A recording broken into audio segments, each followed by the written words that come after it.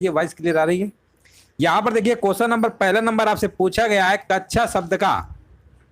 हाँ चलिए यहाँ पर बताइए कच्छा शब्द का शुद्ध उच्चारण यहाँ पर क्या होगा? चलिए कमेंट करिए यहाँ पे राइट आंसर क्या होगा। यहाँ पर आपसे पूछा गया कच्छा शब्द का यहाँ पर शुद्ध उच्चारण क्या होगा। नमस्ते नमस्ते सभी को। यहाँ पर आपको बताना है कच्छा शब्द का शुद्ध उच्चारण क्या होगा। तो याद रखिएगा कच्छा शब्द का जो शुद्ध उच्चारण होता है कक्षा होता है। यहाँ पे हलंत लगा लीजिए, कक्षा होता है। ऑप्शन नंबर यहाँ पे आपका जाएगा सी नंबर के साथ। ये प्रश्न कई बार पूछा गया है। यहाँ पर कक्षा होगा, काम में हलंत लगा लीजिएगा। ऑप्शन आपका यहाँ पर सी नंबर बिल्कुल करेक्ट आंसर आपका यहाँ पर होगा। अगला प्रश्न बताइए। यहाँ पर आपसे पूछा गया काकल्य वर्ण कौन सा है। ये भी प्रश्न कई बार पूछा गया है।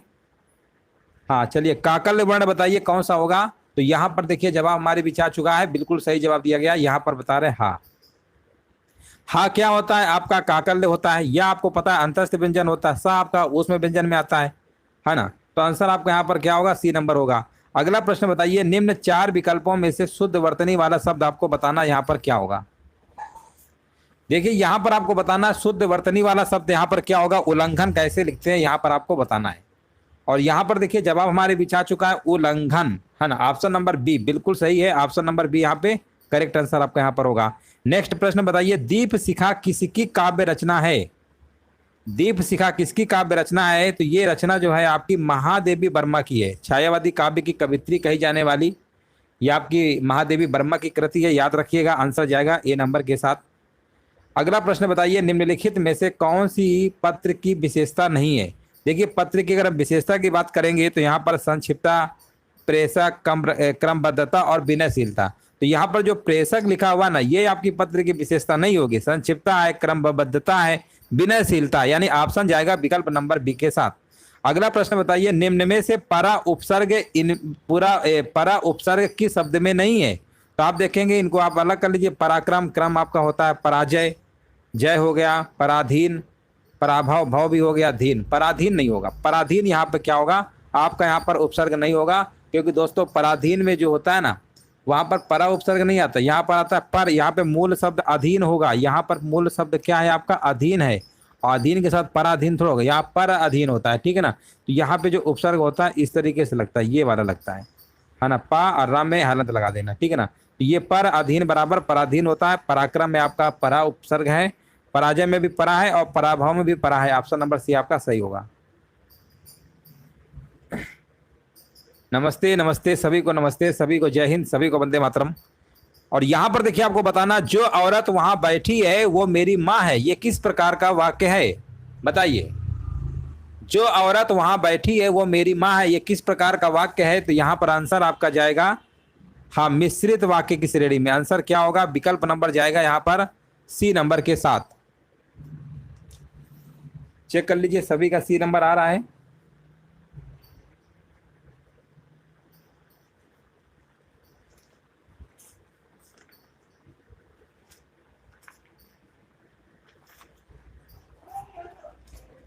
हाँ बिल्कुल देखिए यहाँ पे राइट आंसर हमारे बीच आ चुका है।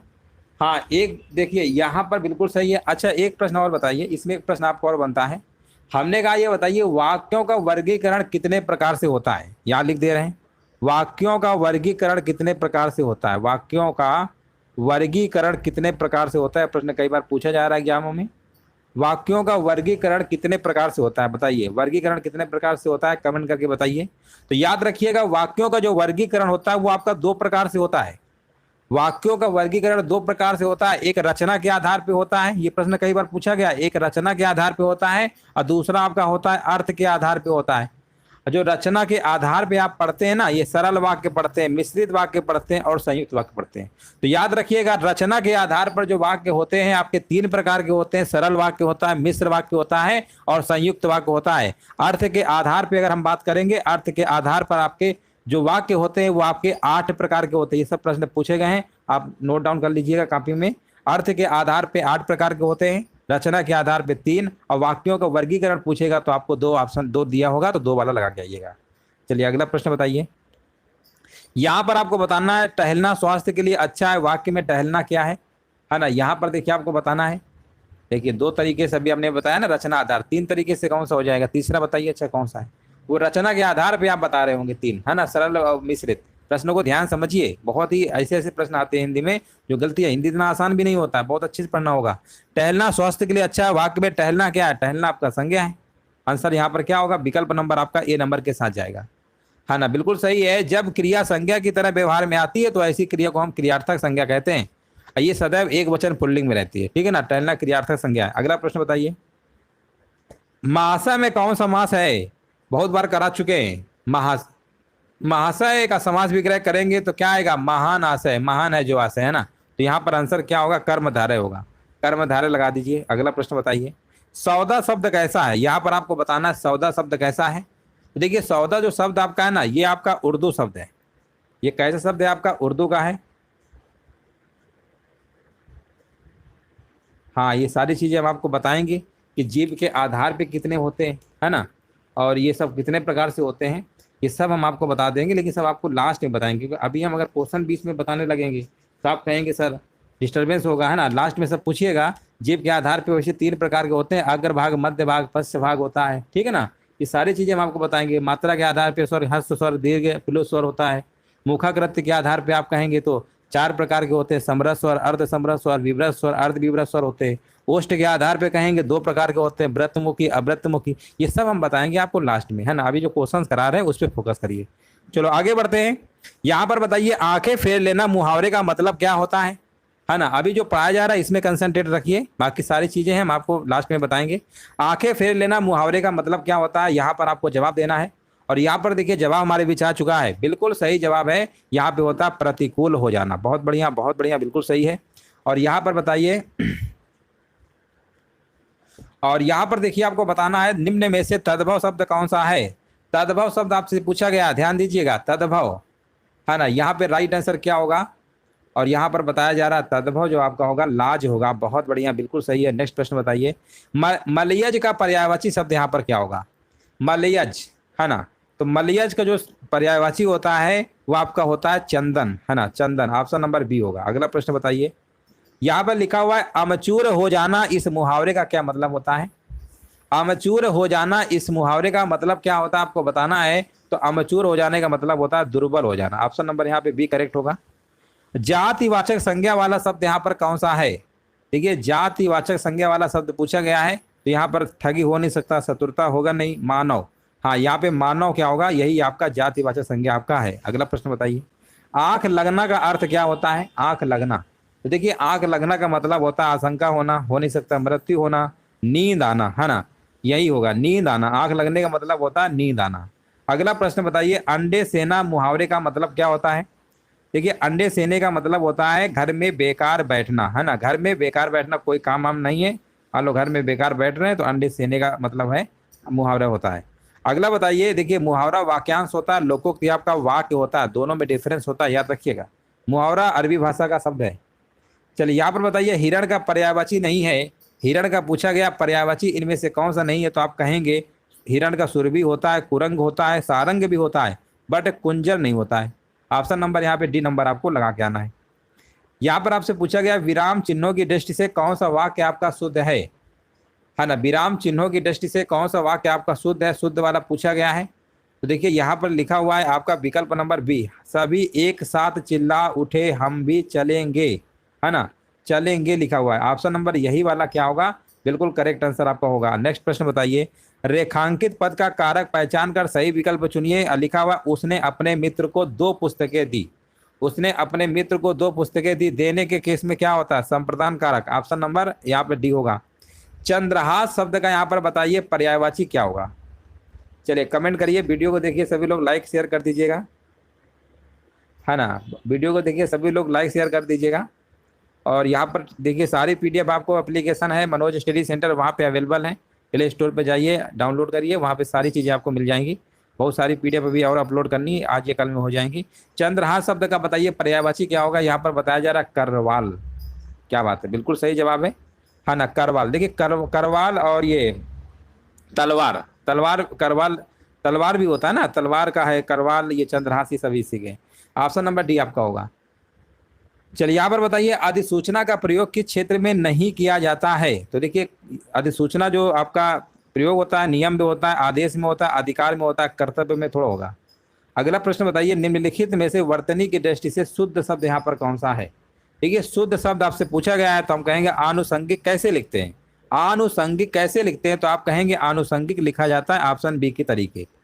अगला प्रश्न है, छाती के बल चलने वाला के लिए एक शब्द यहाँ पर क्या होगा?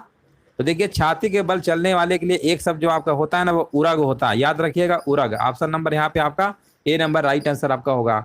यहाँ पर पूछा गया बीभत्स रस का स्थायी भाव यहाँ पर क्या होगा? बीभत्स रस का स्थायी भाव आपसे पूछा गया तो यहाँ पर जुगुप्सा होगा, ऑप्शन नंबर बी।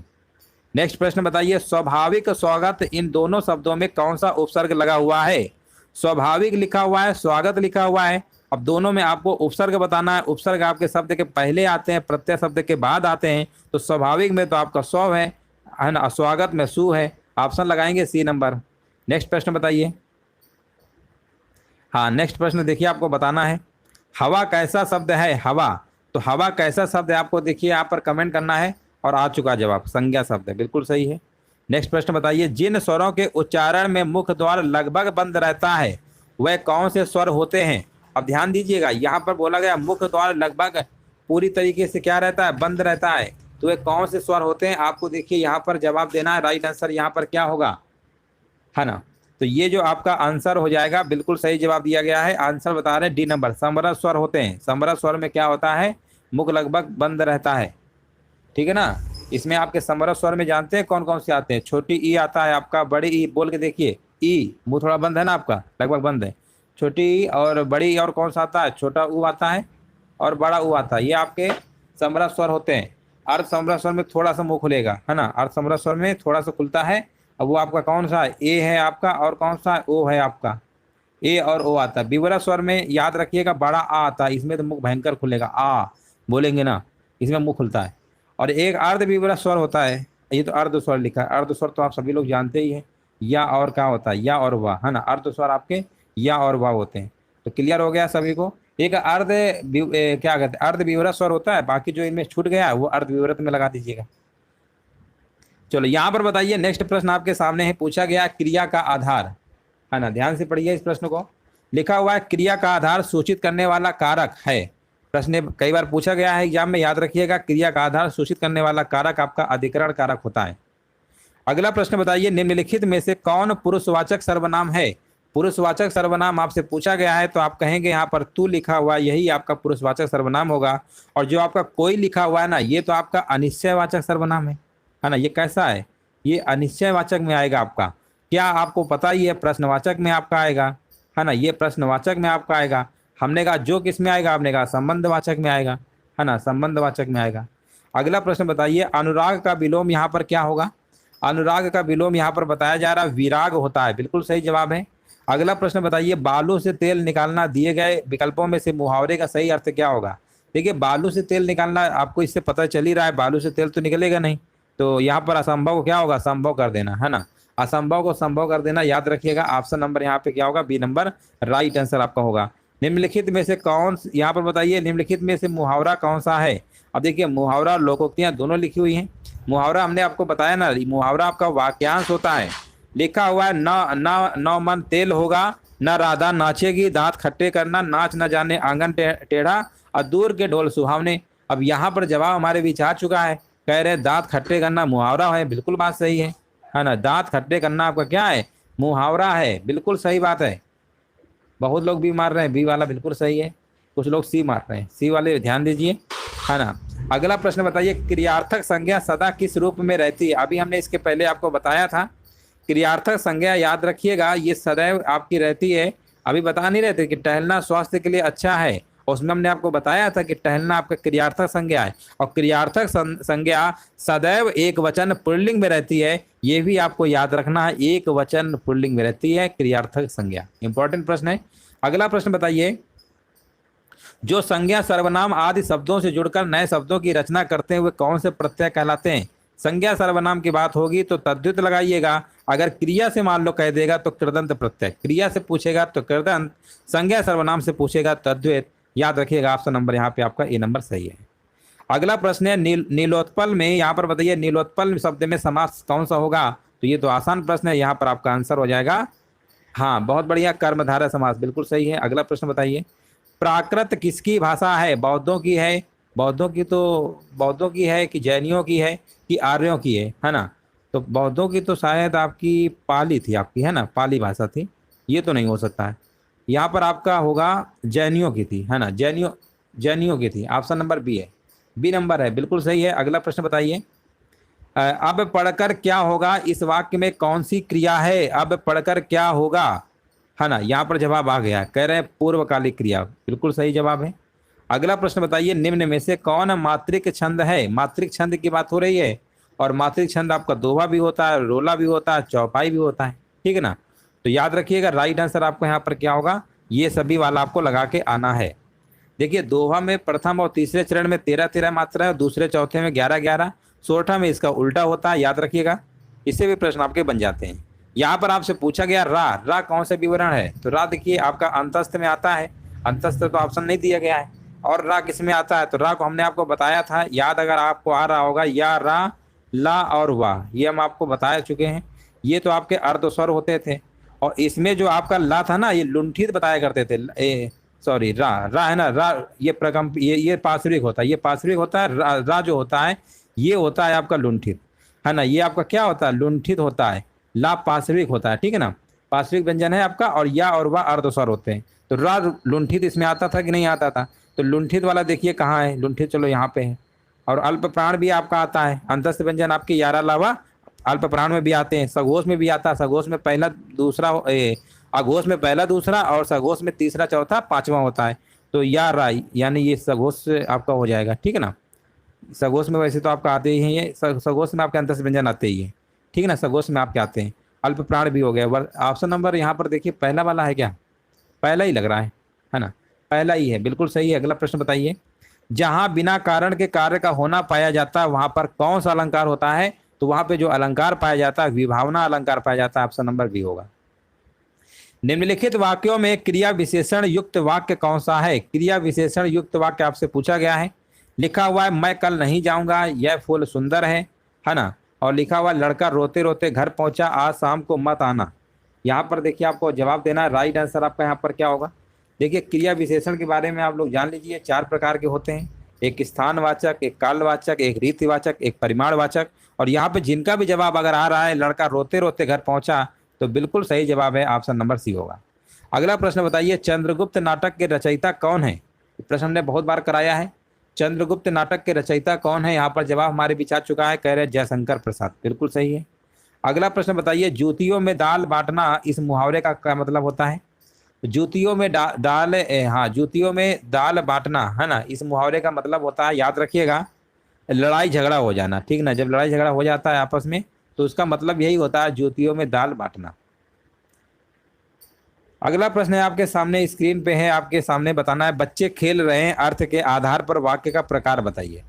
बच्चे खेल रहे हैं, अर्थ के आधार पर वाक्य क्या होगा? तो यहाँ पर आपका आंसर हो जाएगा विधान वाक्य। कौन सा वाक्य है ये? बच्चे खेल रहे हैं, विधान वाक्य आपका हो जाएगा। नेक्स्ट प्रश्न बताइए, वह नौकर नहीं आया, वाक्य में कौन सा विशेषण है? वह नौकर नहीं आया, ठीक है ना, ये आपका या हुआ, ये तो आपका आता है उसमें सार्वनामिक में, है ना, सार्वनामिक विशेषण को हम संकेतवाचक भी तो कहते हैं। ऑप्शन नंबर यहाँ पे बी नंबर लगा दीजिए। अगला प्रश्न बताइए, अंधा युग के रचनाकार कौन है ना, अंधा युग के रचनाकार यहाँ पर बता रहे हैं धर्मवीर भारती, बिल्कुल सही जवाब दिया गया है। अगला प्रश्न बताइए, भाषा विज्ञान की दृष्टि से बड़ा ऊ किस प्रकार का स्वर है? अभी देखिए छोटा ऊ बड़ा ऊ के बारे में अच्छे से आपको बता रहे थे, है ना। बड़ा ऊ किस में आता है? ये तो आपका समृत स्वर में तो आता है। अब आप कहेंगे समृत में तो सर जी 2 ऑप्शन दिए गए हैं, अब कौन सा हमारे? विवृत तो नहीं होगा, ये तो कन्फर्म हो गया। अब अग्र होगा कि पश्च होगा? तभी कोई पूछ रहा था कि सर जीभ के आधार पे स्वर, तो जीभ के आधार पे आपके अग्र मध्य पश्च होते हैं ना, तो अग्र भाग में तो आपका छोटी बड़ी ए और ए आता है, पश्च भाग में आपका आता है ऊ बड़ा ऊ, ये सब आते हैं, तो पश्च वाला लगाना पड़ेगा, ऑप्शन नंबर डी। इस तरीके से भी प्रश्न आपके बन जाते हैं। बहुत बढ़िया, बिल्कुल देखिए करेक्ट आंसर दिया गया है। अगला प्रश्न बताइए, एक रम में उपवन था, नंदन वंशा सुंदर, इस पंक्ति में कौन सा अलंकार होगा? 149 नंबर का देखिए यहाँ पर जवाब आ गया है ना, उपमा अलंकार बता रहे हैं, बिल्कुल सही है। नेक्स्ट प्रश्न बताइए, चरण कमल बंदो हरिराई, इस काव्य पंक्ति में कौन सा अलंकार है? प्रश्न हमने बहुत बार कराया है, चरण कमल बंदो हरिराई, यहाँ पर आपका रूपक अलंकार होगा। क्या होगा? रूपक अलंकार होगा। हंस पद विराम चिन्ह का प्रयोग होता है। यहाँ पर देखिए हंस पद विराम चिन्ह जो आपका इस तरीके से यूज करते हैं। तो जब कोई चीज आप छूट जाता है वाक्य में, है ना, लिखने में कोई अक्षर अगर छूट जाता है, उसी को संकेत देने के लिए हम लोग क्या करते हैं, प्रयोग करते हैं। ऑप्शन नंबर यहाँ पे डी नंबर आपका सही होगा। अगला प्रश्न बताइए, लिखित भाषा में मूल ध्वनियों के लिए जो चिन्ह मान लिए गए हैं तथा जिस रूप में ये लिखे जाते हैं उसे हम क्या कहते हैं, उसे हम क्या कहते हैं, उसे हम लिपि कहते हैं, है ना, उसे हम क्या कहते हैं, लिपि कहते हैं। दो समानार्थी शब्दों की पुनरुक्ति के बीच में किस विराम चिन्ह का प्रयोग होता है? दो समानार्थी शब्दों की अगर पुनरुक्ति के बीच में किस विराम चिन्ह का प्रयोग होता है, तो यहाँ पर बता रहा है योजक, है ना, योजक होता है, बिल्कुल सही बात है। जैसे योजक चिन्ह होता है ना आपका, डैश टाइप को बना देते हैं, जैसे योजक चिन्ह आप देखा होगा आपने, द्वंद्व समास में बहुत ज़्यादा यूज होता है आपका। अगला प्रश्न बताइए, कहाँ तक हो गया, ये वाला हो गया, 153 हो चुका है ना। चलो आगे बढ़ते हैं। यहाँ पर देखिए कुल मिला के आपको वर्तनी बताना है, इसमें शुद्ध कहाँ पे है ना। अक्षुण्ण कैसे लिखते हैं बताइए, अक्षुण्ण कैसे लिखते हैं? ऑप्शन नंबर ए की तरीके, बिल्कुल सही जवाब है। अगला है प्रश्न आपका, निम्नांकित में से किस शब्द की वर्तनी शुद्ध है? बताइए वर्तनी किसमें शुद्ध है आपका? अनाधिकार, है ना, अनाधिकार कैसे लिखते हैं बताइए। 55 नंबर का देखिए बताना है, ए नंबर कह रहे हैं, बिल्कुल सही। अनाधिकार होता है ना, कि अनाधिकार होता है। ऑप्शन नंबर यहाँ पे डी होगा, अनाधिकार होता है ना, कि अनाधिकार होता है ना। देखिए इसमें आपको कंफ्यूज नहीं होना, ये कई बार इस टाइप का प्रश्न पूछा भी गया है, तो एक बार आप अच्छे से और चेक कर लीजिए, गलत नहीं होना चाहिए किसी का, है ना। ए होगा कि डी होगा, जल्दी से कंफर्म करके बताइए, है ना। यहाँ पर देखिए आपको बताना है राइट आंसर क्या होगा, ए होगा कि डी होगा, गलत नहीं होना चाहिए। हाँ डी होगा, चलो कंफर्म हो गया। इसलिए आपको लगेगा कि अनाधिकार होता है लेकिन अनधिकार लिखते हैं, यही शुद्ध है ना। ऐसे प्रश्न आपके बनेंगे तो कंफ्यूजन होगा, इसलिए अच्छे से पढ़ना है, टाइम कम है, गलत नहीं पढ़ना है। अगला प्रश्न बताइए, अचूक विशेषण के साथ उपयुक्त संज्ञा है। अचूक विशेषण के साथ उपयुक्त संज्ञा आपका यहाँ पर क्या होगा? अचूक निशाना, निशाना।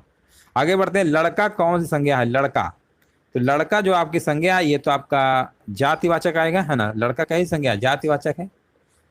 जिन संज्ञाओं से एक ही प्रकार की वस्तुओं या व्यक्तियों का बोध होता है ना, उन्हें हम जातिवाचक संज्ञा कहते हैं।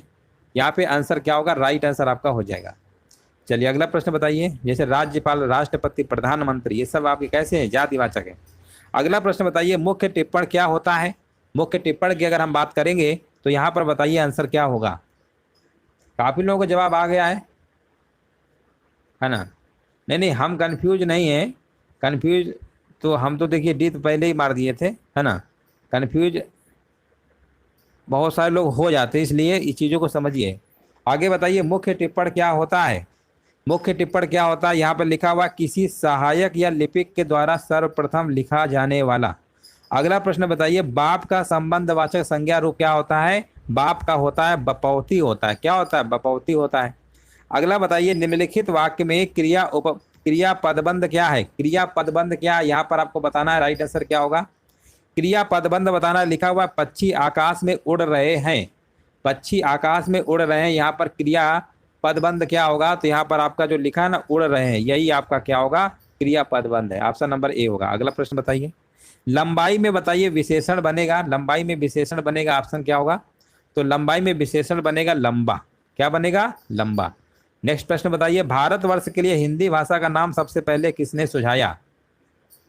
चलिए कमेंट करिए, भारतवर्ष के लिए हिंदी भाषा का नाम सबसे पहले किसने सुझाया? और यहाँ पर ऑप्शन आपके दिए गए हैं, रविंद्रनाथ ठाकुर, मदन मोहन मालवीय, राजा राम मोहन राय और महात्मा गांधी। बहुत लोगों का जवाब आ गया है ना। यहाँ पर देखिए राजा राम मोहन राय है आपका, ठीक है ना, याद रखिएगा, ऑप्शन नंबर सी है। 62 नंबर का आपका यहाँ पर सी नंबर राइट आंसर है। अगला प्रश्न बताइए, इनमें से कौन सा शब्द आपका पुल्लिंग नहीं है ना। तो देखिए यहाँ पर बनावट है, छाता है, सूर्य है, अमरूद है। तो जो यहाँ पर देखिए छाता पुल्लिंग नहीं है ना, तो यहाँ पर आपका बनावट जो आपका है ना, ये बनावट पुल्लिंग नहीं है, बाकी तो सब आपके हैं। तो ऑप्शन नंबर आपसे नहीं वाला पूछा गया तो ए नंबर लगा देंगे। दिए गए 4 विकल्पों में से कौन सा शब्द आपका स्त्रीलिंग है? स्त्रीलिंग आपसे पूछा गया है, आसान सा प्रश्न है। और यहाँ पर कह रहे हैं प्रकृति जो लिखा है ना, ये आपका किस में आता है? स्त्रीलिंग में आता है, बाकी सब आपके पुल्लिंग है। यहाँ पर लिखा हुआ है मुहावरे का अर्थ आपको बताना है, चक्कर में डालना। चक्कर में डालना इस मुहावरे का मतलब होता है, याद रखिएगा, चकित करना। क्या होता है? चकित करना। आंसर जाएगा विकल्प नंबर बी के साथ। पानी का सामान्य बहुवचन क्या होता है? पानी का सामान्य बहुवचन तो पानी होता है। ऑप्शन नंबर आपका ए नंबर सही होगा। अगला प्रश्न बताइए, निम्नलिखित मुहावरे का अर्थ क्या है? जबान पर चढ़ना। जबान पे चढ़ना इसका क्या मतलब होता है ना? जबान पे चढ़ना इसका मतलब होता है याद होना। क्या होता है? याद होना होता है। नेक्स्ट प्रश्न बताइए, संज्ञाओं के साथ आने वाली विभक्तियों को क्या कहा जाता है? संज्ञाओं के साथ आने वाली विभक्ति को क्या कहा जाता है? आपको बताना है विभक्तियों को क्या कहा जाता है। तो याद रखिएगा, संज्ञाओं के साथ जो भी विभक्ति आती है उसे हम विशिष्ट कहते हैं। नेक्स्ट प्रश्न बताइए, पश्चिमी हिंदी के अंतर्गत आने वाली बोलियां कितनी हैं? पूर्वी में 3, पश्चिमी में 5। याद रखिएगा, ऑप्शन जाएगा विकल्प नंबर डी के साथ। अब आप कहेंगे 5 तो होती है, कौन कौन सी होती है ये भी याद रखिएगा। खड़ी बोली है आपकी हरियाणवी है, ब्रज है, कन्नौजी है और बुंदेली है। बांगरू को जाटू या हरियाणवी भी कहते हैं, ये भी आपको याद रखना है। अगला प्रश्न बताइए, निम्नलिखित में से कौन सा शब्द दोनों वचनों में समान रहता है? दोनों वचनों में समान रहता है तो यहाँ पर आप कहेंगे कि जो सरसों लिखा हुआ है ना, ये दोनों वचनों में क्या होता है? समान होता है।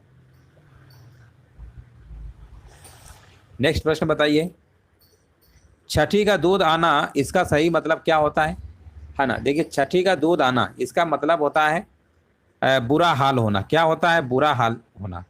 बहुत लोग बचपन की याद करना बता रही, बचपन के नहीं, बुरा हाल होना। ऑप्शन नंबर आपका ए नंबर सही होगा।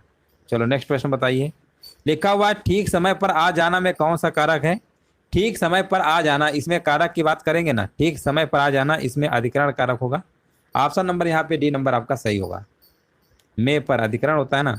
अगला बताइए, यहाँ पर लिखा है उच्च श्रृंखल के 3 समानार्थी शब्द दिए गए हैं, एक समानार्थी इनमें से नहीं है। वही शब्द आपको बताना है जो आपका समानार्थी नहीं दिया गया है। तो देखिए, यहाँ पर अगर हम बात करेंगे, उदंड होता है, निरंकुश होता है, अक्खड़ होता है, लेकिन जो भुक्खड़ लिखा है ना, ये आपका उच्च श्रृंखल का समानार्थी नहीं होता है। ऑप्शन यहाँ पर कौन सा मार देंगे? ए नंबर वाला। नेक्स्ट प्रश्न है आपके सामने, ऐसे कौन से शब्द हैं जिनका प्रयोग स्त्री और पुरुष से, स्त्री और पुल्लिंग दोनों रूपों में होता है? तो ऐसे कौन शब्द हैं? तो यहाँ पर आंसर क्या होगा बताइए। 174 नंबर का कमेंट करिए सभी लोग, और वीडियो को देखिए, लाइक शेयर कर दीजिएगा जो लोग बाद में आ रहे हैं और कह रहे हैं राष्ट्रपति प्रधानमंत्री, है ना? राष्ट्रपति या प्रधानमंत्री सबको पता ही होगा कौन है। चलो आगे बढ़ते हैं। निम्न में से योग रूढ़ शब्द बताइए, यहाँ पर क्या है? योग रूढ़ एक तरीके से आपका शब्द होगा, देखिए, रूढ़ यौगिक योग रूढ़, बहुब्रीहि समास जलज होता है ना। ऑप्शन नंबर यहाँ पे आपका बी वाला होगा। दूध वाला तो यौगिक है। अगला बताइए, प्रयोग के आधार पर शब्द के भेद कितने होते हैं? प्रयोग के आधार पर शब्द के जो भेद होते हैं, याद रखिएगा, आपके 2 ही भेद होते हैं।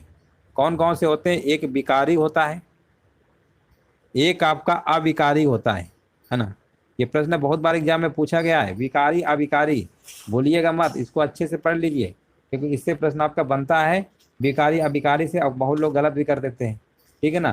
तो इसको आपको गलत नहीं करना है, बहुत ही अच्छे से आपको पढ़ के जाना है, ठीक है? विकारी और अविकारी। अब आप कहेंगे विकारी शब्द जो होते हैं ना, वो आपके 4 प्रकार के होते हैं। वो कौन कौन से होते हैं? संज्ञा, सर्वनाम, क्रिया, विशेषण, ठीक है ना? विकारी आपके 4 प्रकार के होते हैं, संज्ञा, सर्वनाम, क्रिया, विशेषण होते हैं।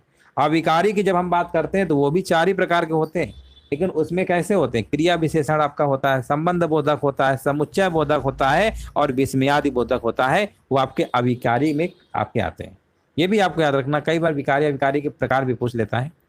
उत्पत्ति के आधार पर शब्दों के 4 भेद दिए गए हैं, इनमें से कौन सा भेद गलत है? उत्पत्ति के आधार पे आपके तद्भव, तत्सम, देशज, विदेशज, यौगिक थोड़ा होगा। ऑप्शन नंबर यहाँ पे सी नंबर मार दीजिए, बस हो गया। यहाँ पर पूछा गया अंगोछा किसका तद्भव शब्द है? अंगोछा की अगर हम बात करेंगे तो ये जो तद्भव है लिखा है ना, किसका तद्भव शब्द है? तो ये अंग प्रोच्छा का तद्भव होता है अंगोछा। लिंग की दृष्टि से दही क्या है? यहाँ पर देखिए, आपको बताना है लिंग की दृष्टि से दही क्या है ना? दही, तो दही क्या याद रखिएगा, दही आपका पुल्लिंग में आता है, ठीक है ना? ये जितने भी खाने पीने की मतलब चीज़ें होती है, दूध, दही, मक्खन, ये सब आपके पुल्लिंग में आते हैं। अगला प्रश्न बताइए, तत्सम और हाँ, जितने भी आपके पदार्थ है ना, पदार्थ जितने भी पुल्लिंग में रहते हैं, तत्सम तद्भव का कौन सा युग्म आपका सही है ना? तत्सम तद्भव कौन सा युग्म आपका सही है, आपको बताना सही वाला कौन सा है। देखिए, यहाँ पर आपको देखिए बहुत कन्फ्यूजन वाला प्रश्न है ये। एक चीज़ याद रखिएगा आप सभी लोग, यहाँ पर जो कफित सही लिखा है ये तो तत्सम है। कफित का जो तद्भव होता है ना, वो कैथ ना होके कैथा ना होके कैथ होता है। क्या होता है? कैथ होता है, इसलिए आपका ये तो गलत हो गया, ठीक है ना? और यहाँ पर जो आपका लिखा है ना, क्या लिखा हुआ है, करहाट लिखा हुआ है और कढ़ा लिखा हुआ है। तो यहाँ पर कढ़ा तो चलो ये हो तद्भव होता है, लेकिन कटा का होता है, ये करहाट का नहीं होता, कटा का होता है। ये कटा शब्द तत्सम का कढ़ा होता है, तो ये भी गलती आपका हो गया। और 8, देखिए तद्भव में आपका आना चाहिए था 8, और ये अष्ट होता है ना। ये आपका क्या होता है, अष्ट होता है, अष्ट नहीं होता है, अष्ट होता है। अष्ट मतलब यहाँ पे टा बनता है, ठीक है ना। तो ये भी गलत है, तो बचा कौन सा, सी वाला। बहुत लोग भी मार रहे थे, अष्ट होता है ना, अष्ट और 8 होता है, अष्ट थोड़ा टा बनता है ना। तो ऑप्शन नंबर सी आपका सही है। अगला प्रश्न बताइए, अभ्यागत शब्द में उपसर्ग यहाँ पर कौन सा लगा हुआ है ना। अभ्यागत शब्द में उपसर्ग बताइए यहाँ पर क्या होगा। अभ्यागत शब्द में उपसर्ग यहाँ पर क्या होगा, बता रहे हैं अभ्यागत में आपका हो जाएगा अभी, बिल्कुल सही है। नेक्स्ट प्रश्न बताइए, वीर तुम बढ़े चलो, धीर तुम बढ़े चलो, सामने पहाड़ हो, सिंह की दहाड़ हो, में कौन सा रस है। अब इतना आसान है, वीर तुम बढ़े चलो, वीर है तो वीर लगा दीजिए। अगला प्रश्न बताइए, अधिसूचना किसके द्वारा जारी की जाती है, तो आप कहेंगे अधिसूचना पूछा गया है, ये तो जारी की जाती है केंद्र सरकार और राज्य सरकार दोनों के द्वारा। रहीमन चुप है बैठिए, देख दिनन के फेर, सब नीके दिन आइए, बनत न लगही बेर। ऊपर पंक्ति में कौन छंद है, तो यहाँ पर छंद की बात करेंगे तो यहाँ पर आपका दोहा होगा, ठीक है ना। दोहा में हमने बताया आपको पहले विषम चरणों में 13-13 और यहाँ पर दूसरे चौथे में आपकी 11-11 होती मात्राएं। बेसुरा भी भरपूर अभ्यास से सुरीला गायक बन सकता है, वाक्य में है। देखिए बेसुरा, बेसुरा भी भरपूर अभ्यास से सुरीला गायक बन सकता है। तो बेसुरा में अगर हम बात करेंगे तो यहाँ पर बे तो आपका एक उपसर्ग हो गया है ना, और यहाँ पर भरपूर में भी आपका भर हो गया, एक उपसर्ग ये भी हो गया आपका, और अभ्यास लिखा ना, इसमें अभी हो जाएगा। तो 3 तो उपसर्ग हो गए, ये तो 2 ऑप्शन नहीं हो सकते, 3 उपसर्ग हो गए। प्रत्यय पता कर लेते हैं, प्रत्यय में सुरीला में ईला प्रत्यय हो जाएगा आपका, है ना। गायक में अक प्रत्यय हो जाएगा, और कौन सा है, और एक बेसुरा में आपका सुरा प्रत्यय हो जाएगा। यानी यहाँ पर 3 उपसर्ग हैं और 3 ही प्रत्यय हैं। ऑप्शन लगाना पड़ेगा आपको डी नंबर। मिठास शब्द में किस प्रत्यय का प्रयोग हुआ है, यहाँ पर देखिए आपको बताना है मिठास शब्द में किस प्रत्यय का प्रयोग हुआ है। मिठास है ना, आस, ऑप्शन नंबर सी। न्यून शब्द का विलोम यहाँ पर क्या होता है बताइए, है ना। यहाँ पर देखिए आपको बताना न्यून शब्द का विलोम क्या होगा, तो न्यून का मतलब होता है अधिक, न्यून कोण अधिक कोण पड़े होंगे। आगे बढ़ते हैं, सौम्य का विलोम क्या होता है, सौम्य। तो सौम्य का विलोम जो होता है ना, हाँ सौम्य का विलोम होता है, याद रखिएगा उग्र होता है। सौम्य का विलोम क्या होता है, उग्र होता है। बादाम और बुखार किस भाषा के शब्द हैं, बादाम और बुखार की बात करेंगे तो ये जो आपके हैं ना, ये आपके फारसी भाषा के शब्द हैं। क्रोध शब्द का यहाँ पर पर्यायवाची क्या होता है, तो क्रोध का जो पर्यायवाची यहाँ पे आपका है ना, यहाँ पे आपका हो जाएगा अमरस, ऑप्शन नंबर बी होगा। यहाँ पर लिखा हुआ यमुना का पर्यायवाची बताइए, 191 नंबर यहाँ पर क्या होगा। हाँ यहाँ पर देखिए यमुना का पर्यायवाची आपसे पूछा गया है, तो यमुना का पर्यायवाची यहाँ पे कालिंदी होगा, ठीक है ना। कालिंदी 2 जगह लिख गया, कोई बात नहीं। हाँ यामिनी जो है ये रात्रि का होता है, ये किसका, ये रात्रि का है, ये आपका रात्रि का होता है। भागीरथी सभी को पता है गंगा का है ना, ये गंगा का है। चाहे ए मारो चाहे डी मारो, बात एक ही है ना, 2 जगह टाइप है ना ऑप्शन। घूस देना मुहावरे का मतलब क्या होता है, घूस देना इस मुहावरे का मतलब क्या होता है, याद रखिएगा। हाँ घूस देने का मतलब होता है चांदी का जूता देना, क्या होता है, चांदी का जूता देना। अनेकार्थक शब्द सारंग का निम्नलिखित में से एक अर्थ नहीं है ना, कौन सा नहीं है आपको बताना है। हाँ यहाँ पर बता रहे हैं ज्योतिषी नहीं है, सारंग का अनेकार्थी यही नहीं है, बाकी सब है आपके, कामदेव भौरा तलवार सब है आपके। यहाँ पर बताइए वही मनुष्य है कि जो मनुष्य के लिए मरे, पंक्ति में कौन सा अलंकार होगा, ये भी प्रश्न हमने कई बार बताया आपको। इसमें आपका हो जाएगा लाटानुप्रास अलंकार, अनुप्रास अलंकार की कैटेगरी में आता है आपका ये। आषाढ़ का एक दिन किसकी रचना है, आषाढ़ का एक दिन किसकी रचना है, यहाँ पर देखिए कमेंट आ चुका है मोहन राकेश। क्षमा का अर्थ माफी होता है, तो क्षमा का एक दूसरा अर्थ आपको बताना क्या होता है। देखिए क्षमा का अर्थ माफी होता है, यह बात तो सही है, और क्षमा का जो दूसरा मतलब होता है ना, वो पृथ्वी होता है। अष्टाध्यायी शब्द में कौन सा समास है, 197 का देखिए आपको जवाब देना है, यहाँ पे राइट आंसर क्या होगा। अष्टाध्यायी शब्द में कौन समास है, अष्टाध्यायी, ठीक ना। तो यहाँ पर देखिए आपको बताना है, अष्टाध्यायी मतलब 8 अध्याय को समाहार है ना, अष्टाध्यायी। तो यहाँ पर तो आपका संख्यावाचक आ गया, द्विगु वाला मार दीजिए, है ना, द्विगु वाला मार देंगे। अब यहाँ पर पूछा गया है 8 अध्याय है जिसमें, है ना, 8 अध्याय है जिसमें किस समास का उदाहरण है। अब देखिए यहाँ पर आपको बताना है 8 अध्याय है जिसमें ये किस समास का उदाहरण है। 198 का बताना आंसर क्या होगा। 198 का जवाब यहाँ पर क्या होगा, और यहाँ पर देखिए जवाब आपका हो जाएगा बहुब्रीहि हो जाएगा। अब देखिए यहाँ पर आपका तीसरा पद प्रधान हो गया, क्योंकि देखिए 8 अध्याय हैं, इससे आपका एक अष्टाध्यायी शब्द बनता है कि नहीं बनता। जब ऐसे लिखा होगा तो बहुब्रीहि मारिएगा, और जब ऐसे लिखा होगा तो आपको द्विगु मारना है। ये दोनों चीज़ों को समझ लीजिए, प्रश्न पूछा जाता है एग्जाम में और काफ़ी लोग गलत कर देते हैं। अष्टाध्यायी पूछेगा द्विगु, 8 अध्याय जिसमें बहुब्रीहि, दोनों में अंतर है। आगे बताइए कुसुमाकर में समास यहाँ पर क्या होगा। कुसुमाकर में समास पूछा गया है, तो यहाँ पर बहुब्रीहि आपका हो जाएगा। अगला प्रश्न आपके सामने, जब कोई बात सीधे साधे रूप में ना कहकर किसी के माध्यम से कही जाती है ना, तो वहां पे कौन सा अलंकार होता है। तो वहां पे जो अलंकार होता है दोस्तों याद रखिएगा, वहां पे अलंकार आपका होता है अनियोक्त अलंकार होता है। कौन सा अलंकार होता है, अनियोक्त अलंकार होता है। Option number